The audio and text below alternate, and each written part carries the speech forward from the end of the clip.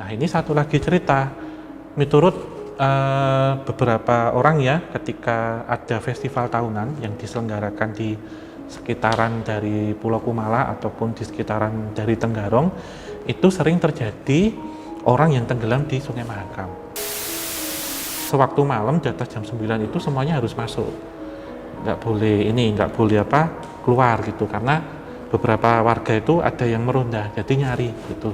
Dan saya sempat tanya ya kepada teman saya yang warga sana, asli sana, itu katanya kalau siang yang penganut dari ilmu kuyang itu belanja ke pasar biasa, tapi kadang di sini ditutupi karena ada seperti bekas luka. Itu nek malam keluar gitu.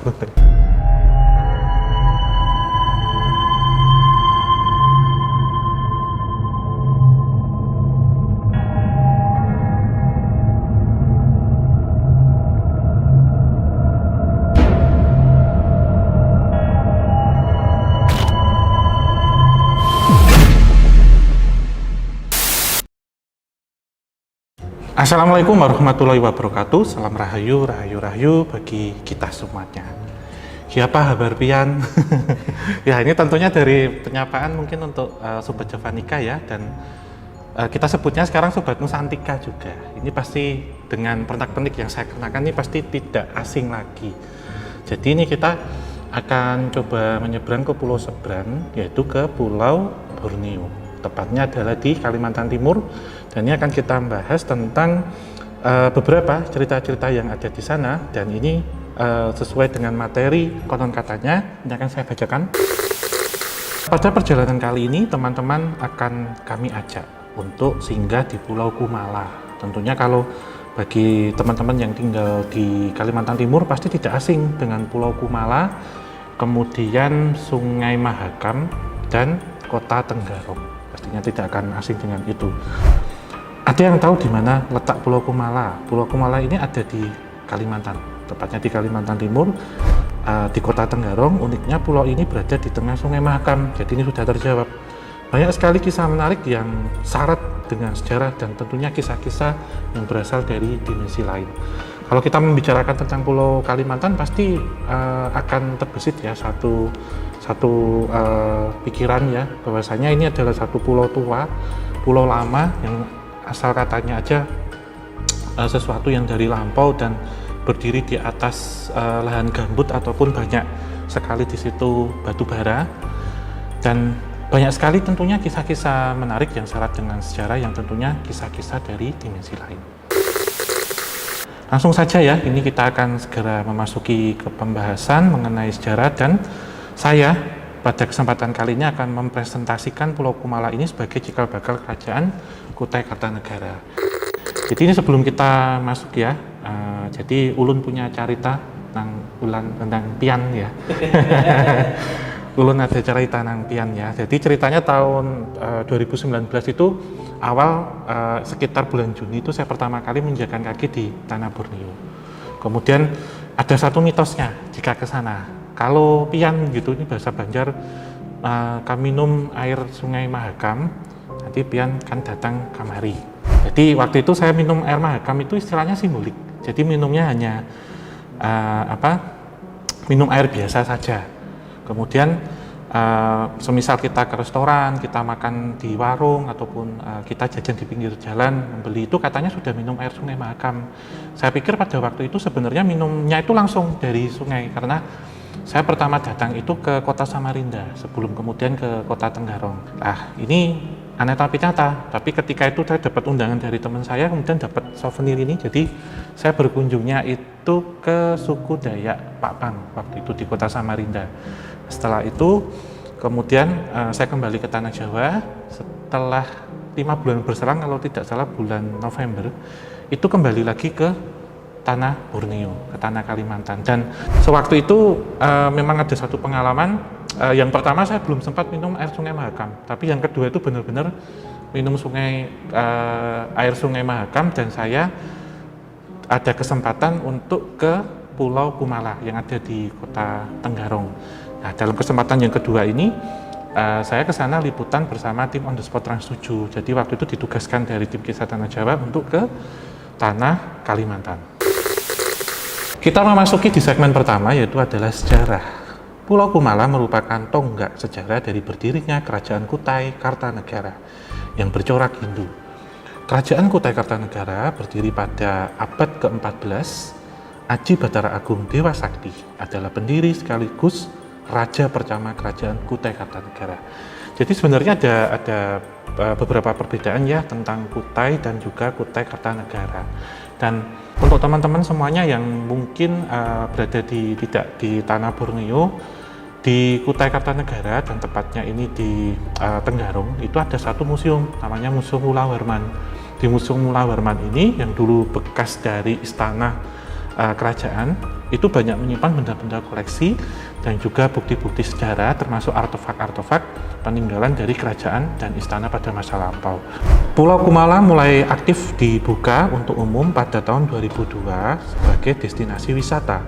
Sebelumnya pulau ini tak berpenghuni dan hanya ditumbuhi berbagai pepohonan serta menjadi tempat tinggal bekantan. Nah ini kalau kita nyebut bekantan ini pasti nggak asing kalau yang sering ke Dufan, yang dipakai untuk maskot Dufan itu diambilnya dari satwa bekantan yang menjadi salah satu satwa khas ya dari Kalimantan Timur. Dan ini selain dari satwa lainnya yaitu pesut mahakam, dan untuk floranya adalah bunga anggrek hitam. Lalu sejak tahun 2007 Pulau Kumala sempat terbengkalai dan sepi pengunjung. Tak ayal masyarakat setempat sering mendengar kisah-kisah mistis di Pulau Kumala ini.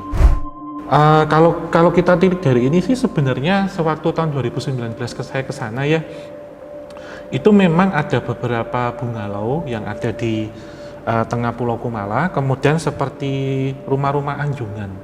Jadi rumah-rumah anjungan ada rumah khas untuk suku Dayak, kemudian ada beberapa diorama-diorama, dan juga di sana itu ada pura untuk ibadah umat Hindu. Tetapi yang terbengkalai ya, tapi nggak tahu kalau sekarang posisinya, tapi saya waktu terakhir ke Pulau Kumala itu bungalownya atau homestay waktu itu sama anjungan-anjungan dulu memang kosong. Kita mengunjungi untuk beberapa titik ya di situ. Jadi kalau dimulai dari depan yang menghadap ke arah jembatan yang sempat runtuh, di situ itu ada monumen patung Lembu Suwana. Nah, kemudian yang kedua kita di sini ada seperti kolam, terus ada anjungan rumah, kemudian homestay. Di sini pas di tengah-tengah itu pura, ke belakang terus sampai di sini nanti ada monumen Naga Erau, kemudian Lembu Suwana dan Putri Kumala sendiri. Ya, jadi sebenarnya Pulau Kumala ini sendiri itu memang seperti delta atau satu pulau yang terbentuk karena sedimentasi yang berasal dari aliran Sungai Mahakam. Seperti kita ketahui ya, Sungai Mahakam memang lebar, jadi berbeda dengan lebar karakteristik sungai yang ada di Tanah Jawa. Dan menurut cerita terbentuknya dari Sungai Mahakam ini dulu, itu pernah terjadi satu karamnya kapal milik Inggris, sehingga kejadian itu lantas memicu arus sedimentasi yang kuat yang terjadi di Sungai Mahakam yang ada di Kota Tenggarong. Nah, dari kapal ini lantas lama-kelamaan akan terbentuk seperti delta atau menyerupai sebuah pulau. Nah, ini kita akan masuk ke segmen berikutnya, yaitu kita akan membahas tentang bangkai kapal. Misteri bangkai kapal ini seperti apa gitu. Pulau Kumala terbentuk seperti sebuah kapal ini yang membelah Sungai Mahakam. Konon menurut cerita rakyat, pulau ini terbentuk sejak berapa abad lampau dari kapal perang milik tentara Inggris yang karam di sungai ini. Dan konon ada gua misterius yang kadang bisa terlihat dan menjadi akses menuju ke badan kapal. Ya, jadi menurut cerita warga setempat pada waktu itu, titik ataupun epicentrum dari kapal itu tenggelam, itu lokasinya tidak jauh dari pura yang ada di tengah-tengah Pulau Kumala. Nah, dari cerita pernah ada satu orang waktu itu yang tertidur di pura itu, pada malam hari beliau bermimpi waktu itu diundang orang tapi dalam bahasa asing. Orang-orangnya itu bule, tinggi besar katanya. Kemudian ketika berjalan, itu melihat seperti ada satu sinar yang berasal dari satu goa yang lokasinya tidak jauh dari pura. Saat mencoba menelusuri, mencoba masuk, ternyata goa itu kalau kita bayangkan kan biasanya goa itu lurus ya seperti ini, dia turun. Jadi seperti masuk ke dek dalam kapal. Nah, ketika masuk itu ada tangga yang dari kayu, kemudian turun terus. Nah, lantas ketika ada satu pintu itu kemudian dibuka, terlihatnya seperti satu ruangan di situ untuk ruang kemudi. Jadi untuk ruang kemudi kapal.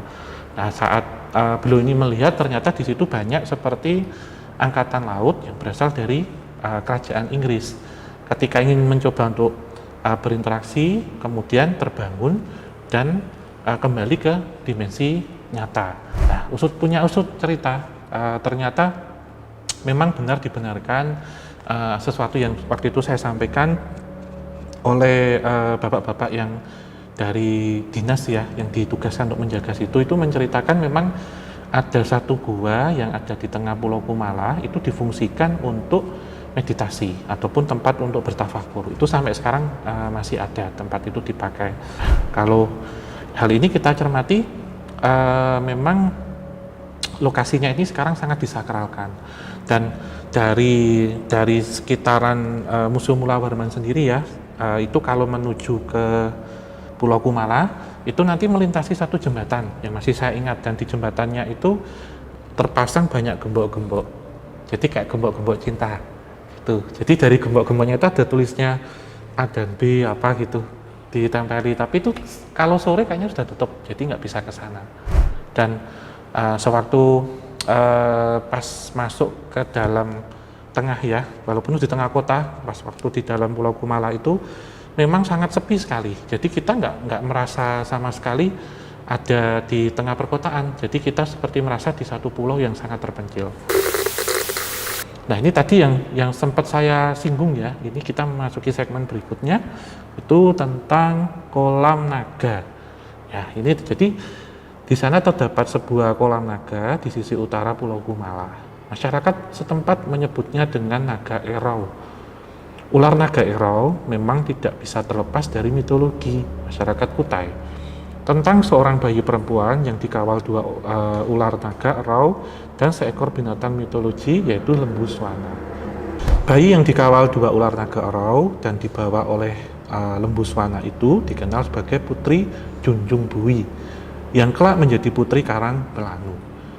Putri Karang Melanu merupakan pendamping hidup Raja Kutai Kartanegara yang pertama, Aji Batara Agung Dewa Sakti. Putri Karang Melanu ini pada akhirnya melahirkan para sultan di kota Raja Kutai Kartanegara. Jadi menurut kepercayaan ya, beliau ini Putri Karang Melanu itu adalah ibu bagi raja-raja Kutai Kartanegara yang diyakini sampai hari ini. Mungkin yang jadi pertanyaan ya, seperti halnya kalau kita membahas suatu tempat, suatu daerah, itu toponimnya berasal dari mana? Pertanyaan-pertanyaannya seperti penamaan ini berasalnya dari mana? Jadi untuk penamaan Pulau Kumala sendiri itu berasal dari batu mustika yang berkilau dan memancarkan keindahannya. Jadi Kumala itu adalah permata yang keluar dari sungai ataupun permata yang didamba-dambakan. Karena memang ceritanya dulu ada sepasang orang sepuh ya, orang tua itu yang mendambakan seorang momongan sampai suatu ketika menemukan telur naga, kemudian dibawa pulang, terus ceritanya seperti tadi yang sudah kita ceritakan gitu. Tapi ini menjadi satu cerita rakyat yang menarik gitu, karena menjadi satu seperti oral history dan legenda yang menamakan ataupun menjadi pemulaan dari Pulau Kumala yang ada di Sungai Mahakam.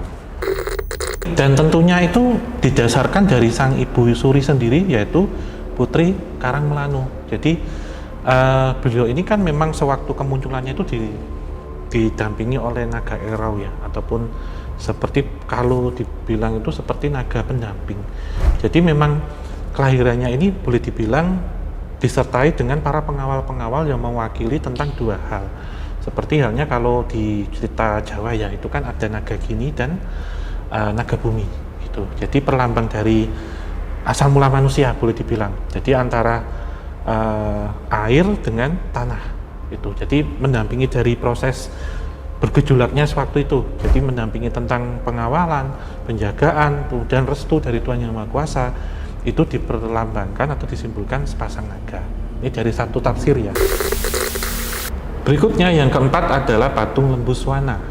Lembu Swana merupakan hewan mitologi dari Kutai yang terpengaruh budaya Hindu.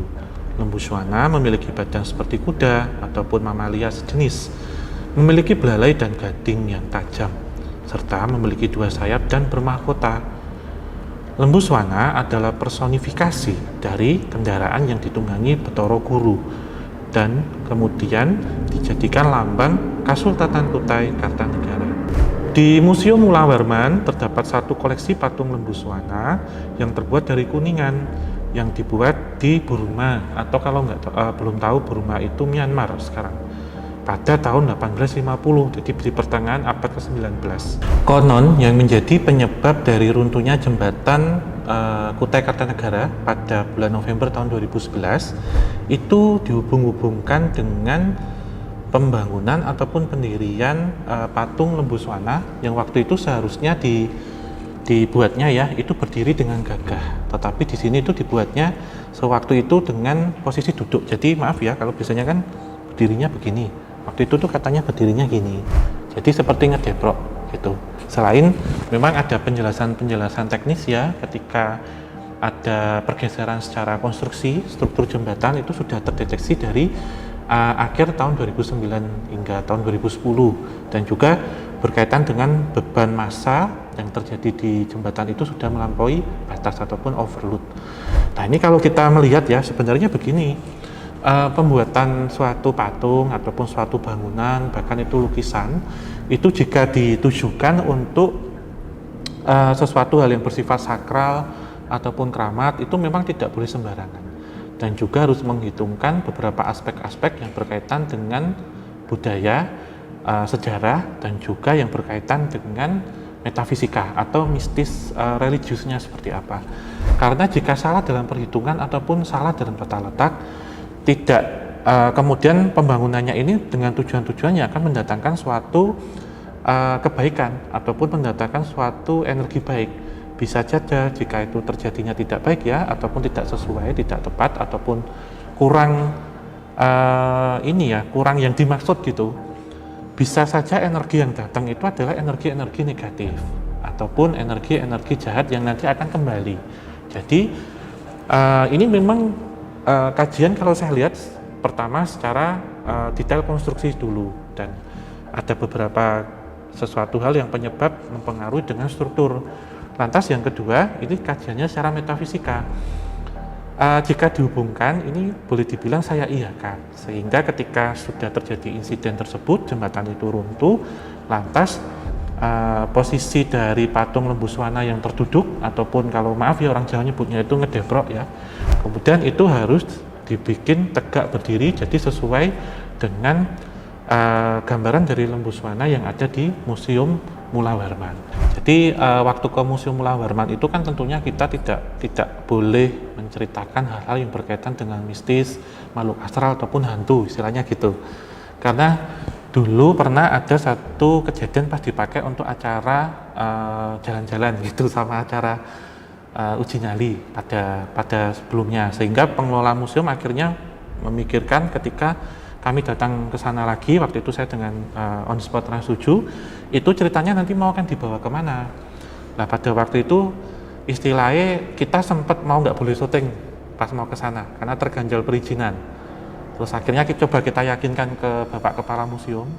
Akhirnya saya masih ingat banget, itu waktu itu saya disidang di depan patung lembu Swana yang ada di Museum Mulawarman. Jadi saya nggak belajar sama sekali waktu itu, ceritanya nggak belajar, kemudian nggak sempat baca dan nggak tahu artefak apa yang akan ditanya satu-satu. Jadi ada 3 bapak-bapak dari dinas waktu itu yang tanya, itu artefak ini ceritanya bagaimana, fungsinya apa, dibuatnya kapan, itu ditanyakan. Jadi kayak ujian tesis ceritanya. Dan saya udah diwanti-wanti sama orang on the spot, kalau kita gagal nggak jadi syuting, udah jauh-jauh sampai sini gitu. Terus akhirnya saya berdiri, kemudian ditunjukkan barang-barangnya, jadi kayak misalkan itu tuh ditunjukkan gitu, tapi nggak ada ininya. Kan kalau ke museum kan biasanya ada keterangan, oh ada keterangannya toh, di depan tuh ditutup. Jadi nggak bisa ngelirik sama sekali, kasarnya nggak bisa nyontek. Terus akhirnya saya coba tenang, saya minta apa ya, permisi. atas niat saya datang ke sini dengan teman-teman gini-gini tujuannya baik, diberikanlah informasi yang sesuai ataupun yang dibutuhkan gitu. Jadi waktu itu saya ditanya semisal patung lembu Swana ini bagaimana ceritanya, yang asli itu nggak begitu besar kok, ukurannya dari logam kuningan itu segini, itu ada beberapa, terus singgasana raja sama permaisuri, kemudian beberapa benda-benda artefak yang saya ingat di situ ada seperti ini, seperti tempat tidur untuk sultan ataupun untuk raja berwarna kuning, terus di bawahnya itu ada tanah ataupun batu menangis ceritanya. Jadi ada kisah batu menangis di situ. Terus akhirnya saya coba untuk tenang, alhamdulillah itu saya bisa jawab satu-satu. Terus akhirnya diizinkan untuk masuk. Jadi kayak apa ya, sidang, dan saya minta informasi itu langsung di lokasi. Pada waktu itu benar-benar nerawang gitu tanpa literatur. Akhirnya diizinkan dan ditanya juga soal mitos batu menangis. Jadi ada cerita batu menangis di situ. Jadi sepasang batu itu yang kadang di malam-malam tertentu ada suara seperti orang menangis gitu di situ. Terus ada juga tentang waktu itu kalung uncal yang dipakai oleh Ramasinta ceritanya di museum.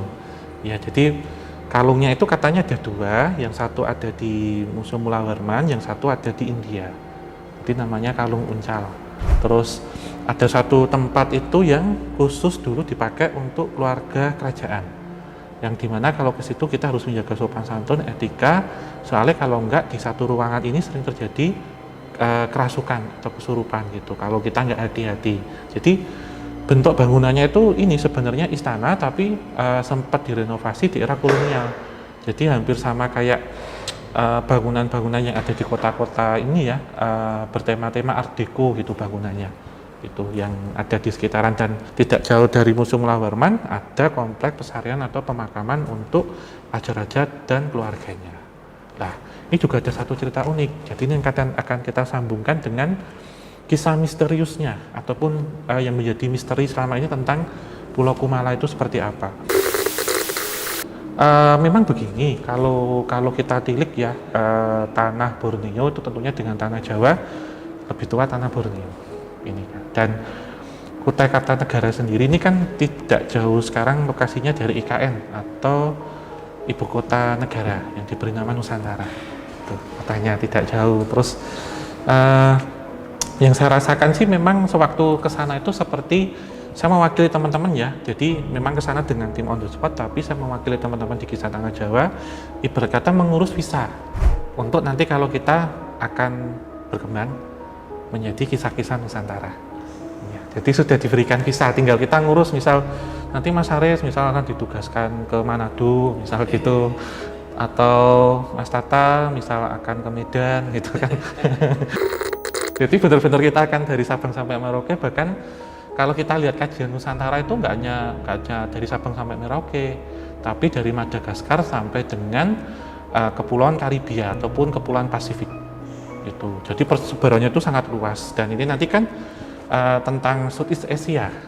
Jadi bagaimana perbandingannya budaya yang ada di Jawa dengan di Thailand. Jadi mungkin kita secara Nusantara mungkin visanya itu visa secara ini ya, secara spiritual ya, itu bisa nanti ke Champa itu Vietnam, terus bisa ke Siam Thailand, tadi ke Burma itu ke mana, ke Myanmar, terus juga Tagalog nanti kita ke Filipina, terus Tumasik Singapura sama Malaya Malaysia. Jadi luas kalau kita ngomongkan Nusantara. Waktu itu saya lanjut ya. Jadi di Pulau Kumala sendiri itu satu yang menarik perhatian saya itu tentang satu entitas yang itu tingginya melebihi dari tinggi patung lembu Swana. Nah, waktu itu ceritanya kita kan pakai drone ya untuk ngambil Pulau Kumala itu sama Museum Mulawarman. Nah, drone-nya itu katanya tidak boleh melebihi dari kemuncak Istana Mulawarman, itu nggak boleh. Jadi waktu itu katanya sempat naik sedikit, kemudian tiba-tiba kayak misal maaf ya ada lalat atau apa itu di gini. Jadi ditampuk gini langsung jatuh brus gitu, langsung hancur. Ada wanti-wanti yang kalau di sini kan kadang kita nggak bisa ngambil pakai drone tuh misal memasuki ring 1 contohnya, atau di sekitaran bandar udara misalkan, itu kan tidak boleh. Nah pas di sana itu tidak boleh melebihi patung lembu Swana atau kemuncak. Jadi ketika itu melebihi, nanti ada sosok yang kayak jaganya itu gini, ditutup gini, jadi nutup, jadi tidak boleh lebih tinggi gitu.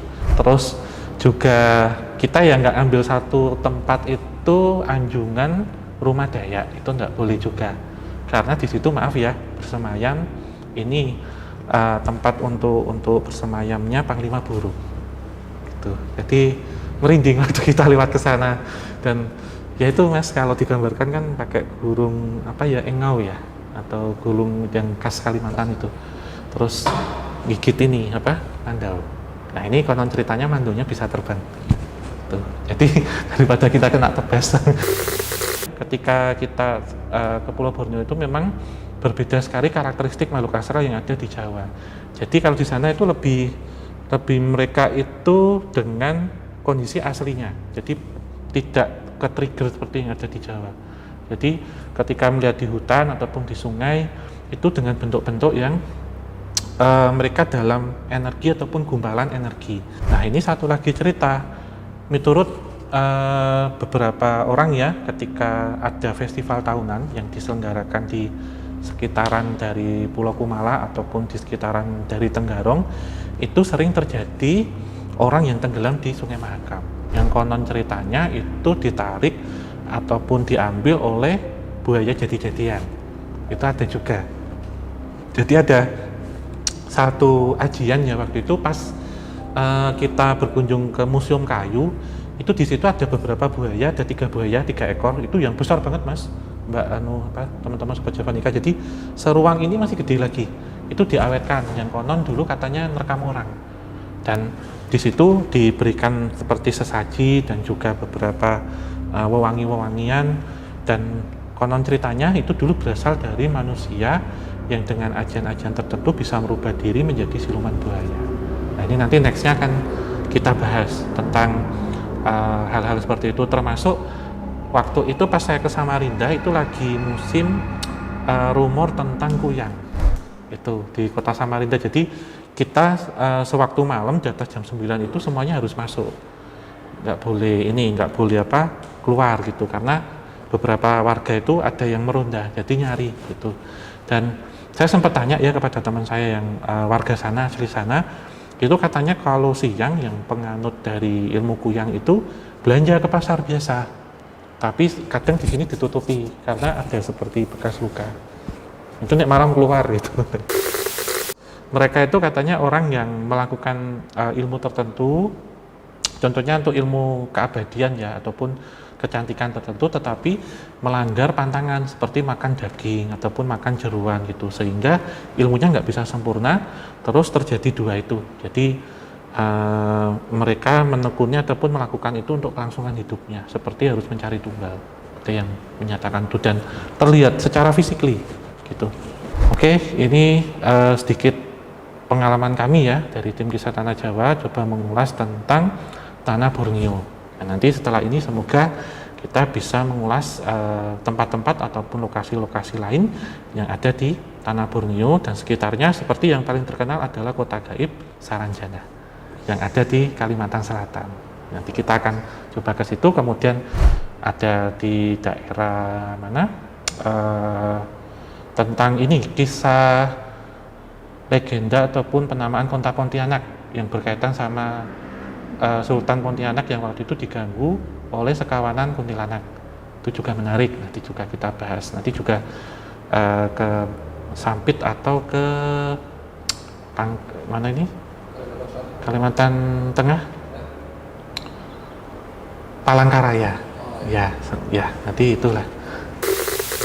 Sekian ulasan kisah dari Pulau Kumala, semoga bermanfaat dan tentunya memberikan tambahan informasi untuk Sobat Javanika sekalian. Nantinya Sobat Javanika akan kami ajak lagi berkeliling Nusantara untuk menceritakan kisah-kisah yang belum sempat kita ceritakan, dan yang tentunya menjadi satu legenda dan berkaitan dengan kekayaan Khasana Nusantara. Jadi nanti siap-siap Sobat Javanika menjadi Sobat Nusantika. Oke, jangan lupa ya untuk teman-teman semuanya yang belum kebagian saat PO buku kita ke-8 yang berjudul Sihir Mesir di Tanah Jawa. Dan ini menjadi penerus dan juga koleksi untuk menambah koleksi teman-teman yang ada semuanya. Kemudian yang bisa mendengarkan juga di podcast Tanah Jawa, karena yang mistis nggak harus dramatis, tanda kutip. Dengan mendownload noise dan bisa menjadi paranoid Javanika. Dan tentunya sebelum kita akhiri pada kesempatan kali ini, tetap dukung channel kami dengan memberikan support dan juga like jika suka, share, dan juga meninggalkan komen masukan, kritik, dan saran. Habis ini kita kemana, ataupun kita akan melakukan penelusuran kemana, atau mungkin yang tinggal di wilayah Indonesia Tengah ini belum kita bahas, seperti di Pulau Celebes ataupun di Pulau Molucas yang terkenal dengan rempah-rempahnya, Ambon Manise, belum kita bahas. Tetap subscribe agar kita segera 3,5 juta dan kita akan menelusuri sampai ke negeri Belanda, dan jika Tuhan dan para leluhur merestui, kita akan berkembang lagi, berekspans menjadi Kisah Nusantara. Terima kasih untuk teman-teman semua yang sudah bertugas, Mas Tata, Mas Aris, Mas Zulfikri, dan juga Mas Najib. Dan tentunya kita tidak melupakan, kita ucapkan terima kasih sebanyak-banyaknya yang sudah memberikan lokasi dan tempat untuk kita syuting, yaitu Ray Digital. Ingin mendapatkan piranti kamera yang baik dan oke, serta harga terjangkau, di mana Mas? Ray Digital. Ya. Oke, akhir kata, wabila taufik wal hidayah, wassalamualaikum warahmatullahi wabarakatuh. Mugi tansah pinaringan rahayu sagung dumadi. Tarimo kasih.